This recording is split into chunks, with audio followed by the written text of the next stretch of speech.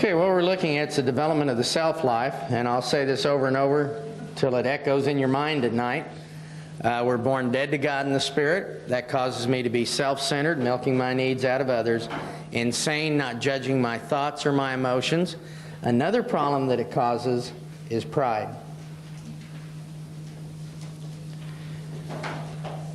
You cannot say to any unbeliever that you're going to hell because you sin. No one goes to hell because they sin. People don't go to hell because they sin. Christ died for the sins of all men. That would be double jeopardy if people went to hell because of sin. I've got a friend of mine who's an atheist from another country, and we spend a lot of time together. And I like to take him out and we talk, we do some camping together and those kind of things. The last time I was talking to him, he looks at me and he said, "Mike, would you describe me? How do you see me? Just describe me back to me." And I said, "Well, if I'm going to be perfectly honest, I'm going to have to say you're a real man of integrity. I think it's a blessing that I have you as a friend. You're one of the best fathers I've seen. You're a faithful husband. All your employees respect you. And in the business community, there's nobody with a better name than you." I said, "In fact, I'm going to go way out on a limb. I don't even know if you sin, because I don't know your sins." And he puts his chest out like this, and he's really happy, and he's sitting there, and I looked at him and said, "But unfortunately, people don't go to hell because they sin. They go to hell because of pride, and you're full of it." He asked me not to come around because he doesn't sleep well after we talk.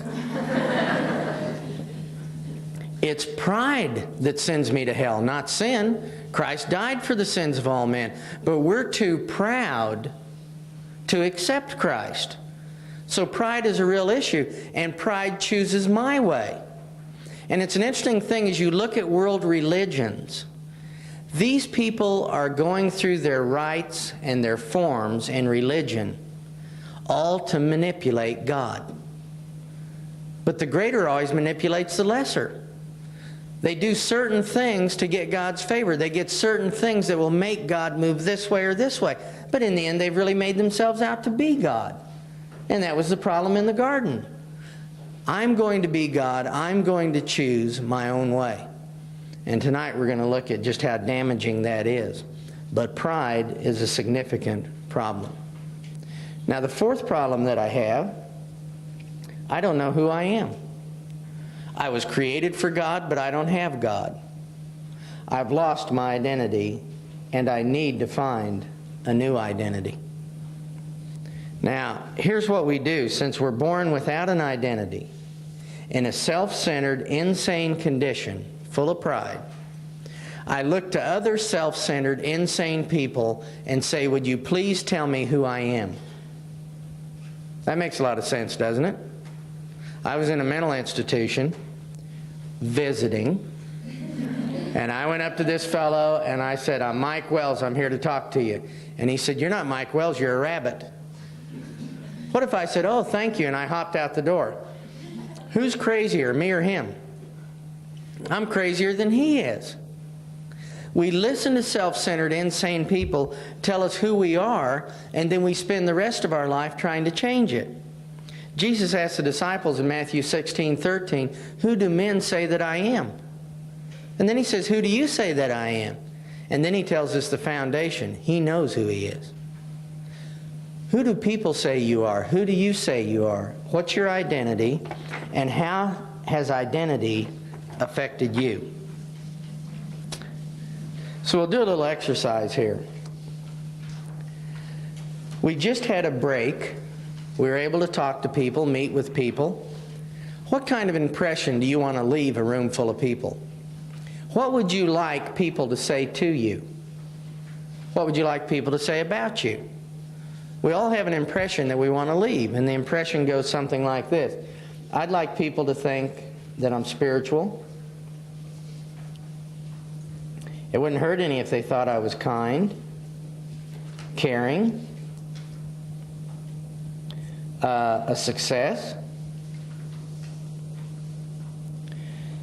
We've got one of our team members who works with us in India. I brought him over to the U.S., and we were videotaping at a TV studio a lecture, and I told him to pick whatever he wanted. And so he starts off and he says, "Everyone in America wanting sexes? Everyone wanting sexes? Every place you look is sexes?" Well, the whole audience looked just like you look. What's he talking about? We finally took a break, and I said, "Brother, what are we lecturing on?" He says, "Sexes? Everyone wanting sex?" I said, "I know everyone wants sexes, but what is it?" Well, it was SUCCESS. I said, "That's success." He said, "I've been saying sexes." Well, that was the end of it. We'd like people to think that we're a success. As a mother, as a father, as a husband, as a wife. It doesn't hurt any if people think we're smart, does it? I'd like them to think that maybe I'm intelligent. It wouldn't hurt any if they thought we were a little bit attractive. Now here's the bad news. What you are at your worst moment is your true condition. Maybe not your true identity, but your true condition. What are you at your worst moment? We don't know what you are when everything goes well, and we do everything right for you, and everything works out just like it's supposed to. We find out who you are when things begin to fall apart. The children don't know what mom's like when the children do everything perfectly. They find out what mom's like when they spin around with their elbow and they knock the gallon of milk off the table. The kids don't know what dad's like when they do everything dad's asked them to do, and they pick up their room and they do just exactly what he wants. They find out what dad's like when they leave those little metal cars on the bathroom floor in the middle of the night for you to step on. Then they find out what you're like. What you are at your worst moment is your true condition. Now, we don't like to think about that. A friend of mine had an orange, and he said, "What's in it?" And we all said, "Orange juice." And as he squeezed it, out came all this black goo. He'd injected it with ink, and he said, "Here's the thing, you don't know what's in something until it's squeezed." When you're squeezed and out of you comes all the black goo, what would you rather talk about? Who squeezed you? The injustice of being squeezed? How could someone squeeze you? What's wrong with them? Building a case against them? Or do you want to talk about what was revealed in you? This old friend of Ray's said to me one day when I was leaving his place, "Mike, I just want to say this to you. Every time you've been angry, every time you've been bitter, every time you've been offended, every time you've been upset with others, every time you've done any of those things, it's all your fault." Now there is a real relief that comes from that. A real relief, because you'll never change others. But if you let everything rest in your lap and you look at your response and what is revealing about you, there's something you can do about that. And the Bible doesn't say that we're to live to be controlled by other people. When another person's words and behavior changes my words and behavior, I'm not controlled by the Spirit, I'm controlled by them. They're in charge of me. They've become my God. They dictate what I do. One of the best lessons I had as a teenager was one day really getting mad at my mother. I was really upset at her. I was 16 years old. I was very angry with her. And I went into the bathroom. My dad was getting ready to go to work, and I looked at him and said, "Let's leave. Let's get our stuff and go. There's no reason I should have to put up with her." And I was really upset. Well, he stood there shaving, and he never looked at me. All he said was this, "You know, Mike, nowhere in the Bible does it say one person can make your life miserable. He says you're making yourself miserable." I couldn't believe it. I had such a good case. And he never even looked at me. He just kept shaving. And he says, and the other thing is this. He says, I married your mother for better or for worse. He says, "I'm not leaving." And he never did look. And then he says this, "Oh, by the way, on your way out," because I know I was being dismissed, "on your way out," he said, "I want you to know this. I'm going to be happy because I chose that." He took responsibility for his own condition, and he's one of the happiest men that I know because of that. No, we don't want to do that. We want to talk about who squeezed us, the injustice of being squeezed. How could it happen? Hudson Taylor, who founded the Inland China Mission, had a new missionary coming to the field. He walked into Hudson Taylor's office one morning to meet with him before he left, and he was carrying a glass of water. And Hudson Taylor took the water out of his hand and he hit it on the table, and when he hit it, the water splashed out. And Taylor looked at him and said, now that glass represents your life as a missionary in China. You're going to be hit by 1,000 blows, and I'll be watching to see what spills out of you. Do you know I use that illustration all the time when I perform a wedding? You're going to be hit by 1,000 blows. Let's see what splashes out of you. Marriage doesn't create problems. It reveals the problems that everybody's always had. But it didn't create them. It just revealed them. Life creates very few problems for us. It's revealing ones that I've always had as I'm squeezed by the world and the things around me. Now here's the point. What are you at your worst moment? How do you describe yourself when you're laying in bed, you're depressed, things aren't working out? How do you see yourself then? Now, I always like people to describe how they feel at their worst. I remember asking this of a couple, and the lady jumped up and went to my board and started describing what her husband was at his worst. Now, of course, you can do that. If you're having trouble figuring out who you are at your worst, just let the people that know you do it. They won't take them long. But I couldn't believe this lady, and she went on and on about what all was wrong with her husband. In the end, I hit my desk and I said, that's it. That does it. I'm done. I got up, I walked over to my bookshelves behind her, and on there I have a knife that I brought back from Africa. I pulled it out of the sheath, and they said, what are you doing? I said, I'm going to kill him. I'm just going to kill him. She says, well, what do you mean? I said, you finally convinced me he needs to die. He's not worth living. He's got so much wrong with him. I said, isn't that what you're telling me? And I looked at her and I said, sorry, brother, I have to murder you. But that's what we think. We tell all the negatives, what they are at their worst, and I suppose they're just supposed to die. But the point is, what are you at your worst? How do you describe yourself? I'm carnal. I'm bitter. I feel unlovable. I feel unwanted. Stupid. So I can't even spell stupid. You feel stupid? And then how do you feel when you look in the mirror? Ugly.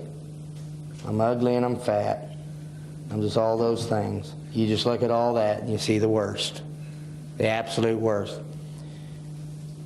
If I said to you girls, I've got a blind date for you, and you say, well, what's he like? Oh, he's carnal, bitter, unlovable, unwanted, he's stupid, and he's ugly. What would you say? Would you give it the big pass, or would you say, gee, it sounds exciting. I need a mission project. You wouldn't want anything to do with that kind of person. And when we feel like this, we know nobody wants anything to do with us. So what we do is we run to our little emotional sewing machine and we stitch up a success suit and put it on and zip it all the way up here. And here's how we treat people. Come here because I want to milk my spiritual needs out of you. But stay away. I don't want you to find out who I really am. And we go through life like this. If I could convince all of you in this room that you're a rabbit, how long could you hop? So I really make a strong case you're a rabbit. How long would you hop? Well, you might make it out the door. You might make it up the path a little ways. You may make it a little ways, but pretty soon you're in so much pain. What do you have to do? Stand up, because you're not a rabbit. You're a person. You're a human. No one wants to be around this kind of person, so when we leave the house, what are we going to do? Hop, hop, hop, hop, hop. What are we ready to do when we come home? Stand up. So here's an interesting thing. The world gets the cream, and those closest to us get the crud. I'm amazed at how polite people can be to total strangers, and yet be this to the people closest to them. It's an amazing thing to watch. You see a couple that's fighting and they're arguing and they're having a terrible time and a terrible go, and the doorbell rings and they both go down, and it's the neighbors, and they answer it like this: "Hi!" So happy to see you. And they sit there with big smiles. How are you? How are the kids? What's going on? And then as soon as the door slams, the fight starts again. And the couple walks away and says, gee, they never have any trouble. What's wrong with us? We won't put the effort into the people closest to us because we've already determined that they don't meet our needs, and we hope beyond hope someone else will. I remember managing a grocery store in graduate school, and we had a couple that came in that were a lot of fun to watch. He pushed her in a wheelchair, and she had a little poodle on her lap his name was Fluffy. And Fluffy was on her lap, and they both doted over Fluffy. She had her cane in her lap, and he would push her holding her purse. They would stop at the breakfast cereal aisle, and she'd say, let's get cornflakes. And as soon as they came in, we'd run to the back. We had these little hidden mirrors, one-way mirrors, so you could watch them. And they'd go, well, let's get cornflakes. He'd say cornflakes. She'd say wheat nuts. Cornflakes, wheat nuts. Cornflakes, wheat nuts. You'd start to see their voices rise. Pretty soon, she'd grab the cane and swing around and start hitting at him with the cane. He'd have the purse, and he'd be belting her with the purse. And they were old, so they could barely hit each other, so they're just kind of look like a Simpson thing. They're just tapping each other, trying to see something happen. And they would go on and on about that.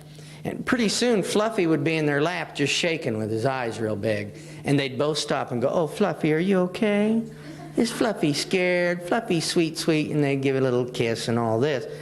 They could be this for Fluffy, but they wouldn't be it for each other. They always came down to this. Now, we know medically there's such a thing as PMT. The only people who don't believe in it are single men. All of us that are married know it exists. We know it's physiological. We know that that's harder for some people than others and all that. I understand that. But here's a question. Why is it that this lady gets up in the morning, she goes to the grocery store, she talks to her favorite clerk, she has to go by the school and check on the kids, she talks to the principal, she's got a little smile, sees her best friend from church, waves at them, goes to the post office, sees the pastor, stops and talks to him, asks him how he's doing, goes through all that, and then comes home and rips her husband's head off and says, sorry, PMT. Well, the point is, it doesn't really matter. These people do matter. I still have a chance of milking a few of my needs out of them. When we live like this, we're always controlled. We're controlled on the one hand by people who tell me I'm this, and we look for those that'll give us all the positives and keep lying to us that we're like that. Or we're controlled by the people on the negative that hint at me being these things.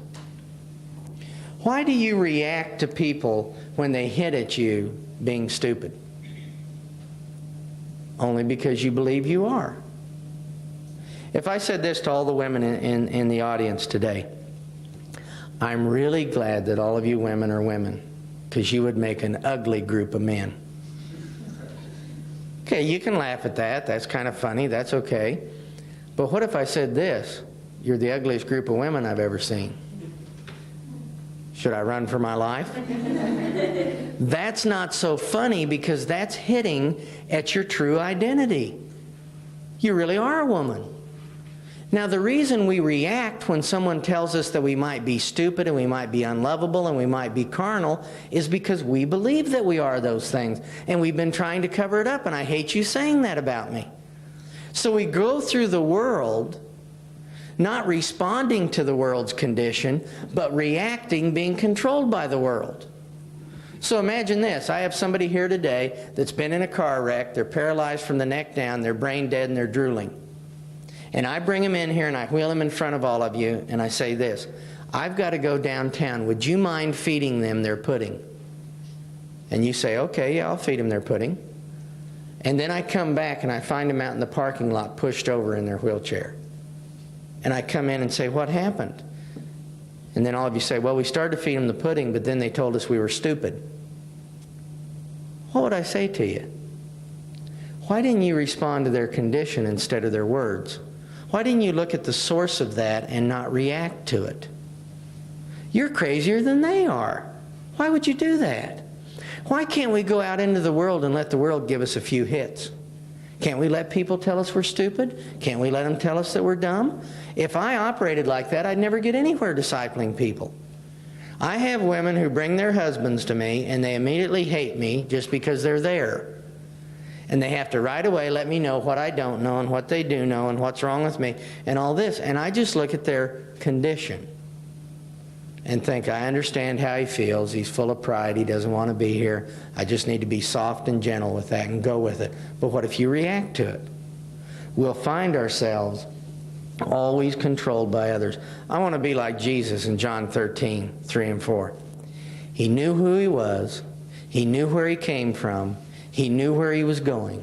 He knew the hearts of every man in the room. He knew they would all deny him, but he grabbed a towel and he washed their feet because the words and behavior of others didn't dictate his words and behavior.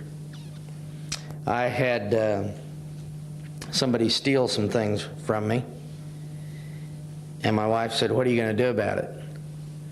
I said, "Well, as distasteful as this is, I'm going to practice what I preach. I'm just going to love the fellow. Because if I don't love him and respond to his condition, he'll become my God and the thing I worship."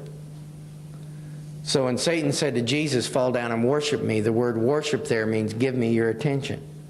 The thing that you give your attention to is the thing that you worship. So what we end up doing is we end up worshiping people. And of course, one of the things that takes place today in the church is we end up worshiping Satan. We spend a lot of time looking at him, and he loves it because he loves to manipulate himself around, so he's always the focus. When we're controlled by our identity, we'll be worshiping the people that control us. And here's what takes place today. A fellow says, "Well, I married my wife because she told me I was this. But after about 5 or 6 years, she started hinting I was this. But my secretary says I'm this, so who would I want to be with? Well, I'll get rid of my wife and marry the secretary. Within just a couple of years, the secretary's telling me I'm this, but the new one says I'm this." And so we keep switching people who will lie to us, and always looking for the person who only says the nicest things about me. How do we end up with this kind of an identity and those feelings? We get that identity through identity messages. And there's two types of messages that you get: covert and overt. Now here's an overt message: I don't like you. That ought to be obvious. Here's a covert message: I'm just going to pack up my things and disappear today. Either way, you're going to get the message. So there's two ways that we get messages. Satan's job is to kill, steal, and destroy. He'll distort a message in my self-centeredness and in my insanity that will start to give me these kind of feelings. The first place that a woman will look to find out who she is to Dad. Dad will give her identity. A woman doesn't generate love, she responds to love. And they're created to be loved, and that's why there's a commandment: husbands, love your wives. And if you love your wife, who you loving? Yourself. It's just that simple. If you think that a woman generates love without you loving first, just wake up in the morning and say this: "Gee, darling, I don't know what it is about your hair, but it's just not working." See where that gets you. "Oh, I like those pants, but I never saw them filled out quite like that." See where that goes for you. A woman's not created for that kind of thing. And from the time you're a little girl, you would like to get up on Dad's lap and have Dad hold you and hug you and whisper in your ear, "You're my little precious. Oh, I love you. You're wonderful. You're wonderful." I got a friend of mine that Betty and I saw him out for dinner the other day. He has a 5-year-old daughter, and it was her date lunch. So once a month they have a date lunch. And she had on a formal, a little mini formal with high heels and the ribbon and the makeup and everything in her little purse. She's out with Dad on the date night.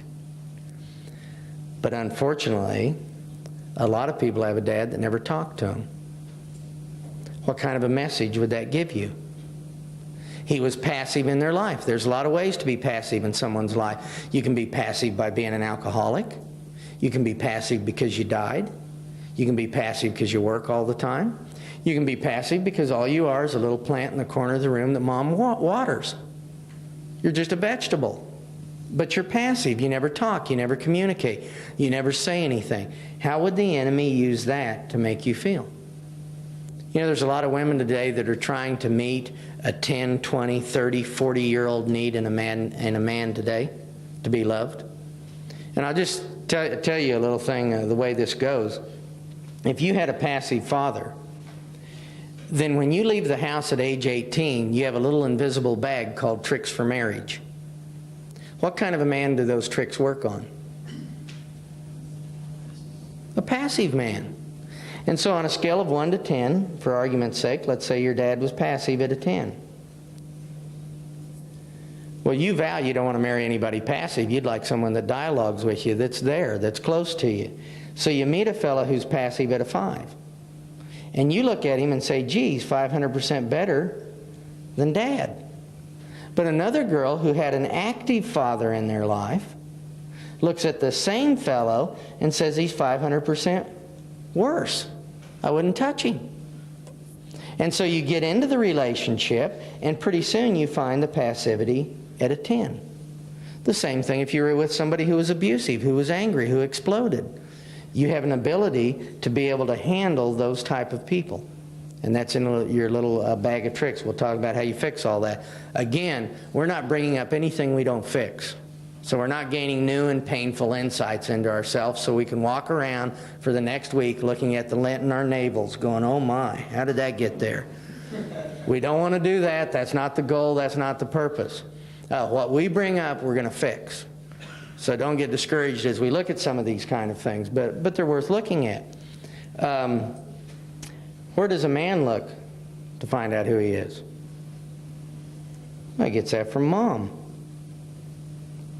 If you see a little boy and he's showing off, who's he show off for, the little boy? Who does he yell at to look at him? Watch me, look at me. What do you see? Mom. When he gets a little older and he's showing off, he's 12 years old, who's that for? It's the girls. When he's got somebody on the back of his motorcycle at age 18 going flat out, who's he showing off for? See, they love that kind of acceptance, that kind of attention that comes from women. I've told Betty, I said, if you don't stop doting over our boys, they'll never leave. They'll just keep coming back. Well, that's what a boy wants. He likes those kind of things. And I'll tell you, you ladies, a real secret. If you want to totally control a man, just show him respect, and you'll completely control him. I had to laugh because Ray, as I mentioned before, is the Pacific Rim director for Abiding Life Ministries, so we have meetings at his house. And I went to his house, and his wife can put together a meal for 20 people in 30 minutes. It's unbelievable, and you don't want to step in the kitchen. You could lose an arm just sticking it in there because she's going flat out.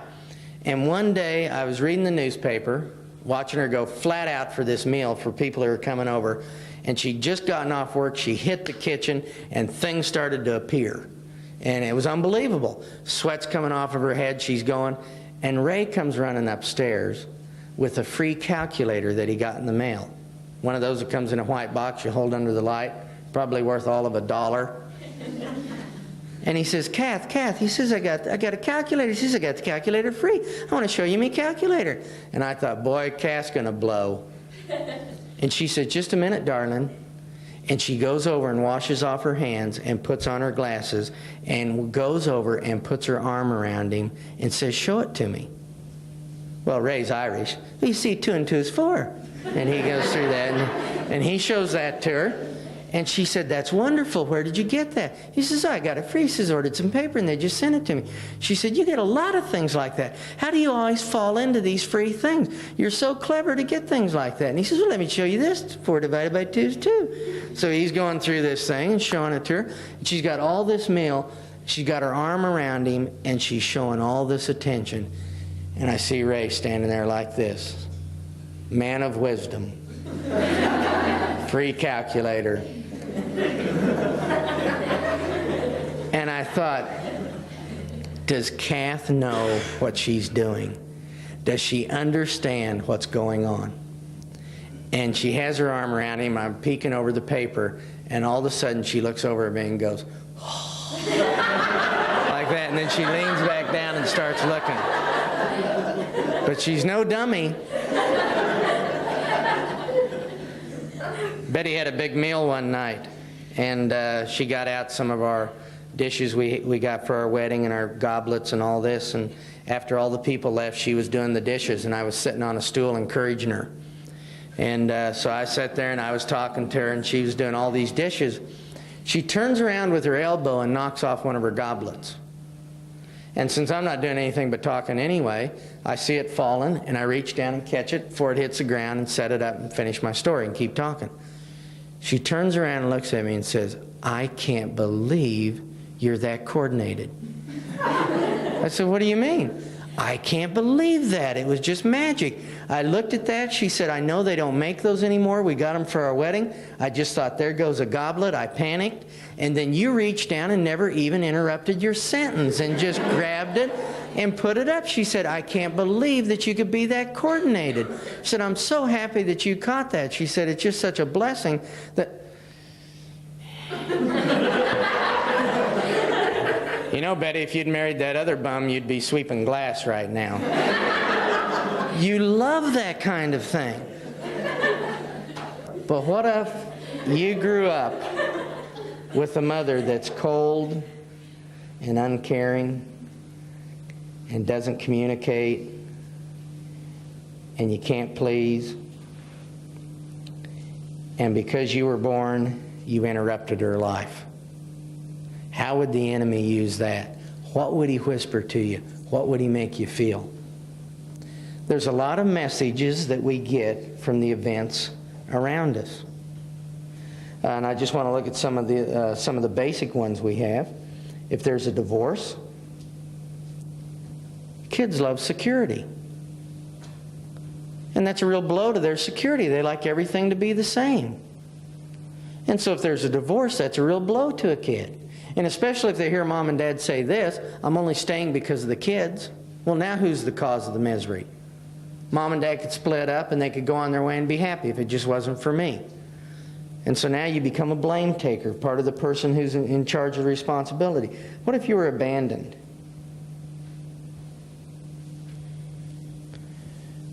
And so you've been adopted. Now the parents that adopted you wanted you, they loved you.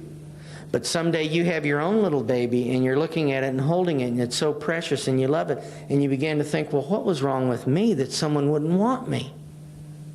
And the enemy then begins to whisper to you, you're worthless, you were unwanted, you're unacceptable. What if you got moved as a kid and you like security and you lost all your friends and things have changed for you? Name calling. I asked a fellow who was on several different drugs. I said, "Did you have any nicknames when you were a kid?" He said, "Oh, just one. The family always called me Stinky." Well, there's an identity for you, Stinky. And Mom, because I kept wetting my pants, walked me to school with my diapers on in the first grade. You think that'd do something for you? Make you feel a certain thing? What if you've been abused? Now remember, these people have problems, but they're creating one for me. It's now become my problem. I'm not having a parent fest here. I'm not having a parent roast. And one of the things we do is we always see ourselves as a victim. Do you notice that you remember the one time you got disciplined when you shouldn't, and you don't seem to mention the 500 times you didn't get caught, that you actually deserved it? And sometimes we do things that deserve the messages that we get. I remember my father saying something to me that vexed me my whole life. And then I remembered when he said it. The neighbor had jacked up his trailer, and another kid and I went over, and I came up with a plan, because we didn't like the old man, to put sticks underneath the tires of his trailer and set the whole thing on fire.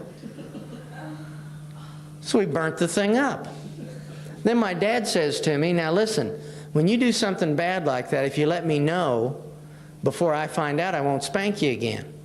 That very night, I got up in the middle of the night. My mom had bought a new toilet seat cover, one of those is kind of a rug and a new rug.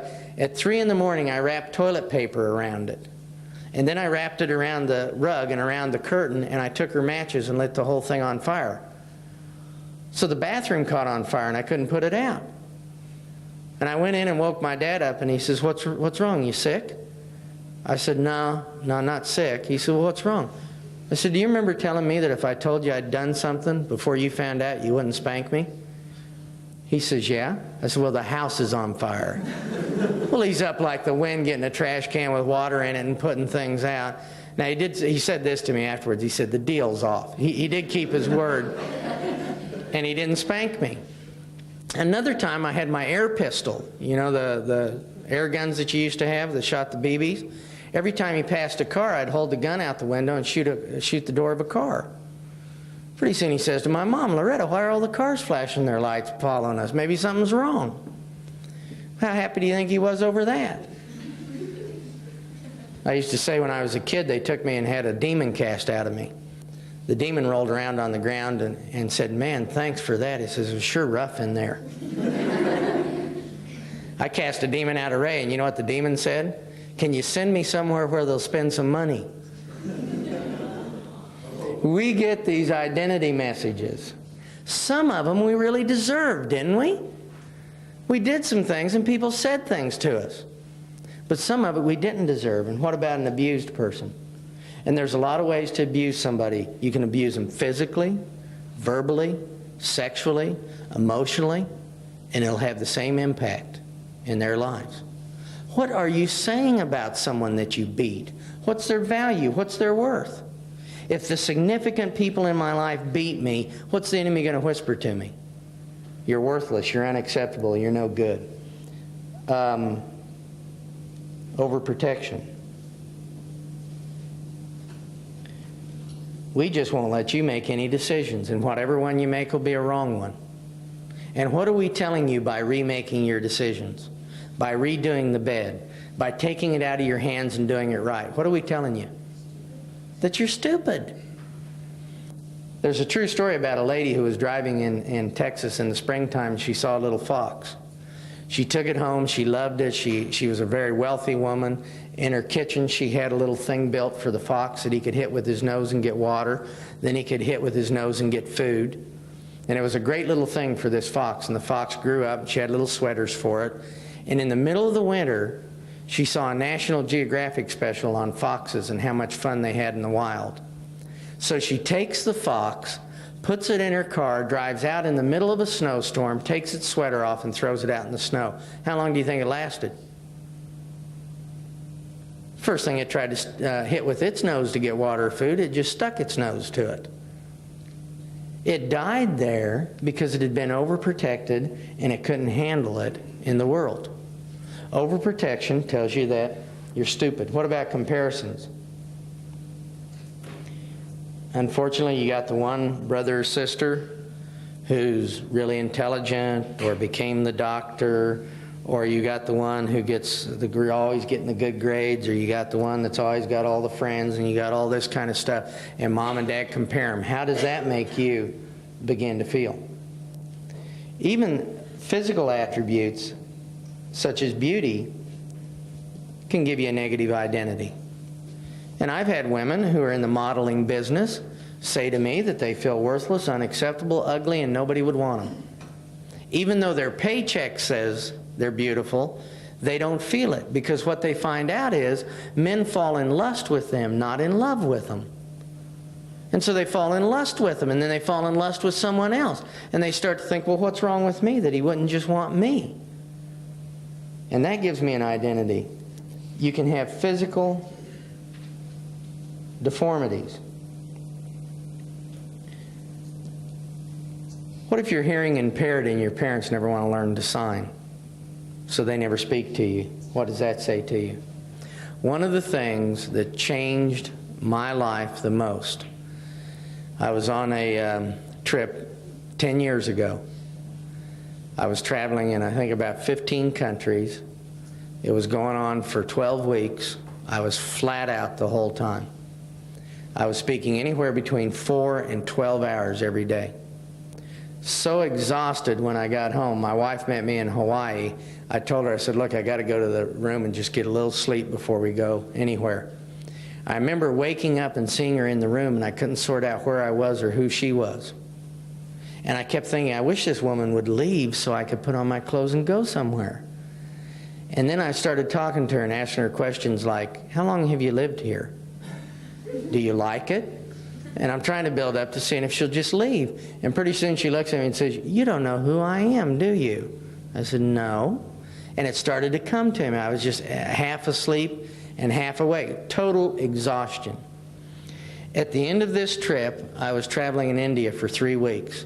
We would leave in the morning out of Delhi at maybe 4 in the morning. We'd fly out to a city, speak at a family camp, speak at a seminary, do a church meeting, come back that night to Delhi, get a couple hours of sleep, and leave again. And it was just flat out the whole time. On my last day of speaking, I'm standing at a seminary in Pune, and here's a black Indian sitting at the back, a girl with a little brace on her leg, a few deformities looking down. She asked if she could talk to me.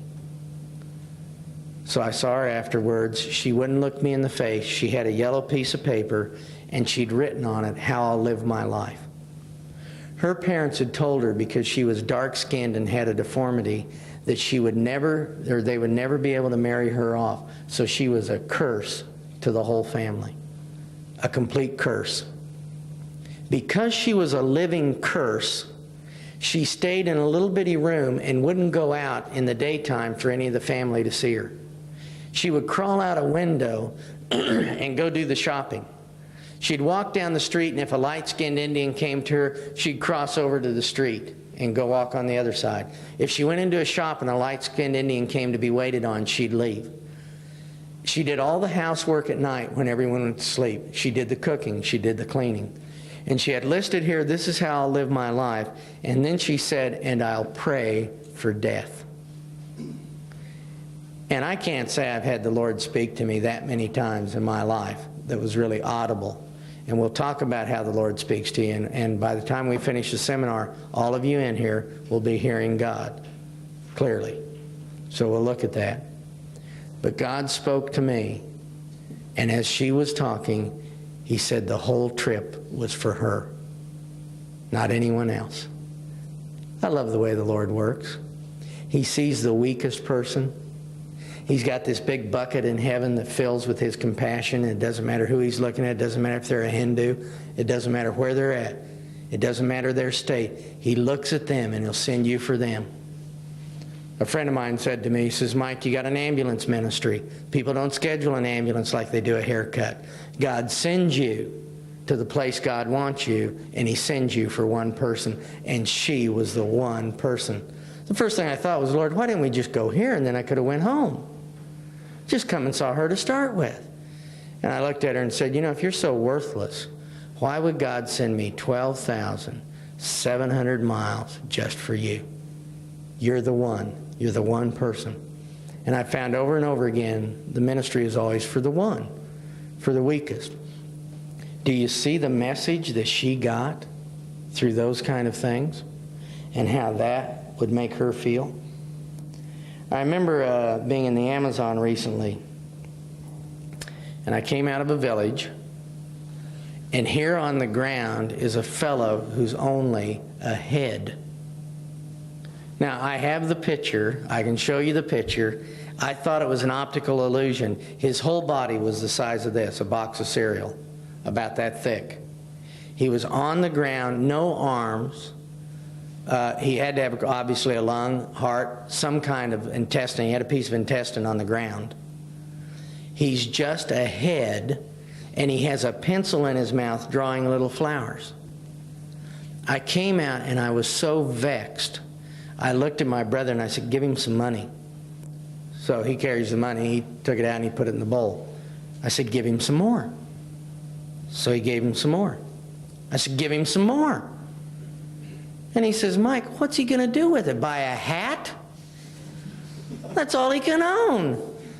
He says, all the things that bother you, they don't bother him. What's he going to do, own another hat? That's all he could buy. And he just looked at me and he goes, it doesn't do any good, Mike. It's not going to do any good. You're not going to be able to help this fellow. Oh, that guy vexed me. I couldn't sleep at night. I thought about him. It went on and on in my mind. And finally one day I said this to the Lord. Why did you do that? Why did you do that? And the Lord just spoke to me and said this, Mike, whatever you're teaching that is a crucial dynamic for the Christian life and the spiritual man, you make sure that he's able to do it too. And if you're teaching anything that he can't do, you stop teaching it. And I did. And I saw the glory of God in it. Because the deepest life is available to him. Are you worse than him? My granddad used to say to me, you know, Mike, there's always someone worse than you. And I used to think, well, then who would the worst person look like? I saw him. He's ahead in the Amazon. One night, did any of you ever get Alf here? You see the show Alf? I loved Alf because when Alf had a revelation, he'd go, "Heh." You remember that? He'd see it, and all of a sudden he'd go, "Heh." One night at 3 in the morning, I was studying. I was in Houston preparing a sermon. And I said, Lord, I'd really like to accelerate my Christian growth. I'd like to move beyond others. I'd like to just move ahead. How can I do it? And what I can do has to be available for the little head in the Amazon to do. And when I saw it, I couldn't believe it. Christian maturity doesn't come through a lifetime of experiences. We know people that are old in the Lord that are immature. Christian maturity comes from my response to life's experiences. And there is one response to life's experience that will allow you to grow and accelerate your growth beyond those around you. And if I ask you to guess it for a half hour, I don't think you would. But when I saw what it was, I looked at it and I went, "Heh." I could see it. The one response that will accelerate your Christian growth is to rest. Resting is faith. You rest in the Lord. You're worried about next week? Rest. You're worried about your finances? Rest. If you think it's passivity, just try it and I'll prove to you it's not. You're worried about the future? You rest. Rest accelerates your growth. Do you know that no child grows while they're kept awake? Your growth hormones only work while you sleep and you rest. I was kept up a lot as a kid. Didn't get much rest. If I'd have got more, I'd be taller. It is rest that gives me the growth that I need. Isn't that beautiful? And it's simple, and that fella can do it. So we look here. Here's just some of the identity messages that we get that forms our identity. Think of the 5 worst hurts in your life, and you'll have your identity messages. How did they make you feel?